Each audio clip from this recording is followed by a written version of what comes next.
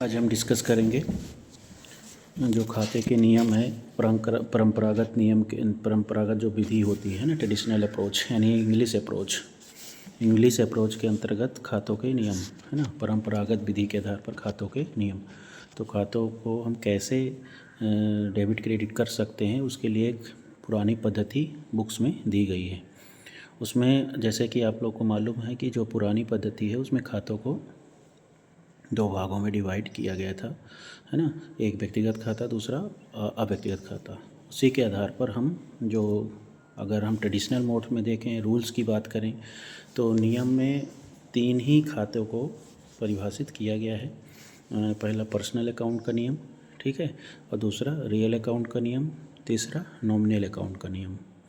जो खातों में हम डेबिट क्रेडिट करते हैं उसके लिए हम कैसे रूल्स फॉलो कर सकते हैं। तो जो पर्सनल अकाउंट है, जिसमें आप लोग को मालूम है कि जो भी व्यक्ति से रिलेटेड जो अगर ट्रांजैक्शन होते हैं, है ना, फर्म से रिलेटेड ट्रांजैक्शन होते हैं या कोई संस्था से रिलेटेड ट्रांजैक्शन होते हैं, तो उसको हम कैसे ट्रीट कर सकते हैं अपने पुस्तकों में। तो जैसे कि आप जानकारी है कि व्यक्तिगत खाते का नियम जो है, जो वस्तु या सेवा या राशि पाने वाला व्यक्ति होता है, यूँ कहें कि पाने वाला व्यक्ति को आपको डेबिट कर देना है और देने वाले व्यक्ति को क्रेडिट कर देना है। डेबिट द रिसीवर और क्रेडिट द गिवर। जैसे मान लीजिए कि अंकित को माल बेचा, तो अंकित को बेचा है, अंकित पाने वाला है, अंकित डेबिट हो जाएगा, ठीक है। इसी टाइप से debit to receiver and credit to giver ऐसे बोल सकते हैं। या जो पाने वाला व्यक्ति है उसे डेबिट और जो देने वाला व्यक्ति है उसे क्रेडिट ऐसे बोल सकते हैं, ठीक है। जैसा मतलब जो इजी लगे उसको आप ऐसे बता सकते हैं, लिख सकते हैं। इसके बाद जो वस्तुगत खाता है, जो वस्तु व्यापार में आती है उसके डेबिट कर दो, और जो वस्तु व्यापार से जाती है उसको क्रेडिट कर दो, है ना। फर्नीचर खरीदा, मशीनरी खरीदी, है ना, नगद भुगतान किया, ठीक है। तो इस टाइप से अगर हम मतलब इसको आइडेंटिफाई करके अगर करते हैं तो हमको ये रूल्स अच्छे से क्लियर हो जाएगा। तो वस्तु अगर आ रही है वस्तु व्यापार में तो उसको डेबिट कर दो, है ना, और जो वस्तु व्यापार से जा रही है उसको क्रेडिट कर दो, ठीक है। ये एक वस्तुगत खाते का नियम हो गया, चाहे वो टेंजिबल हो या इंटेंजिबल हो। इसी टाइप से अगर नाममात्र खाते का देखते हैं तो नॉमिनल अकाउंट में तो जो भी एक्सपेंसेस एंड लॉसेस है उसको डेबिट कर दो आप, ठीक है, और जो इनकम एंड गेन है उसको क्रेडिट कर दो।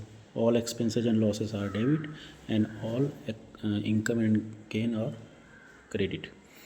तो व्यय हानि से संबंधित जो खाते हैं उसे डेबिट कीजिए, और आय और लाभ से संबंधित जो खाते हैं उसे क्रेडिट कर दीजिए, ठीक है। जैसे वेतन दिया, है ना, पेड सैलरी, पेड रेंट, ठीक है, पेड इंटरेस्ट, ठीक है, इनकम रिसीव्ड में जैसे कमीशन रिसीव्ड, ठीक है, इंटरेस्ट रिसीव्ड, ठीक है, ये सब खाते, ठीक। तो debit all expenses and losses, credit all income and gain. तो इस टाइप से आप खातों के नियम को लिख कर भी और उसको पढ़ कर भी आप जान सकते हैं, ठीक है। तो व्यक्तिगत खाते का जो व्यक्ति से संबंधित होता है ना, उसको आप बता सकते हैं। वस्तुगत खाते जो वस्तु से संबंधित होना चाहिए, ठीक है, और नाममात्र खाते जो व्यय और लाभ से संबंधित होना चाहिए, ठीक है। तो उसको हम क्रेडिट और डेबिट कर सकते हैं।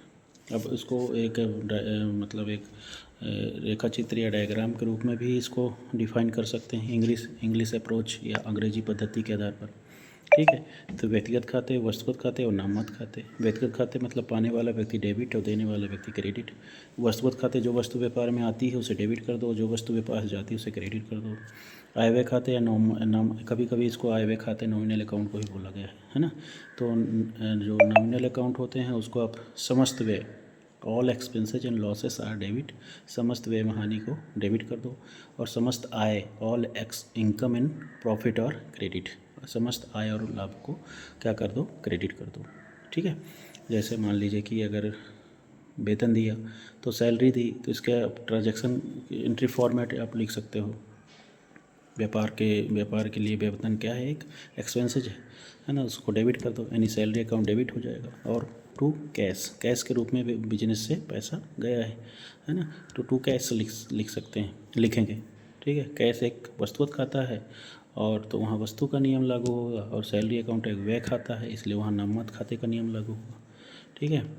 इसी टाइप से मशीनरी खरीदी तो उसका एंट्री कर देने हैं। इसी टाइप से अगर मतलब किसी व्यक्ति पर्टिकुलर व्यक्ति फर्म से अगर ट्रांजैक्शन हो रहा है तो उसको ऐसे ट्रांजैक्शन कर सकते हैं। ठीक है, जैसे मान लीजिए कि विष्णुधर से आप माल खरीद रहे हो, तो विष्णुधर से माल खरीदा है, विष्णुधर देने वाला है। ठीक है, तो देने वाला व्यक्ति हमेशा क्या होता है, क्रेडिट होता है, और जो वस्तु पाने वाला होता है उसको डेबिट कर दो। ठीक है, तो वस्तु अगर खरीदने पर क्या होता है, व्यापार से पैसा जाता है। ठीक है, तो इस टाइप से हम अगर समझ के एंट्री करते हैं तो ये मान के चलिए कि आप जनरल एंट्री, उसी साथ साथ अलग से उसका लेजर, ठीक है, उसका ट्रायल बैलेंस है ना, उसका फाइनल अकाउंट, आराम से एक बेसिक को अकाउंटिंग को आप अच्छे से क्लियर कर सकते हैं। अकाउंटिंग को समझने के लिए ज़रूरी है उसके कॉन्सेप्ट, उसके प्रिंसिपल्स और उसके रूल्स को जानना, तभी उसको अकाउंटिंग अच्छे से समझ सकते हैं और जान सकते हैं, और मतलब एंट्री करने में कोई समस्या नहीं आएगी।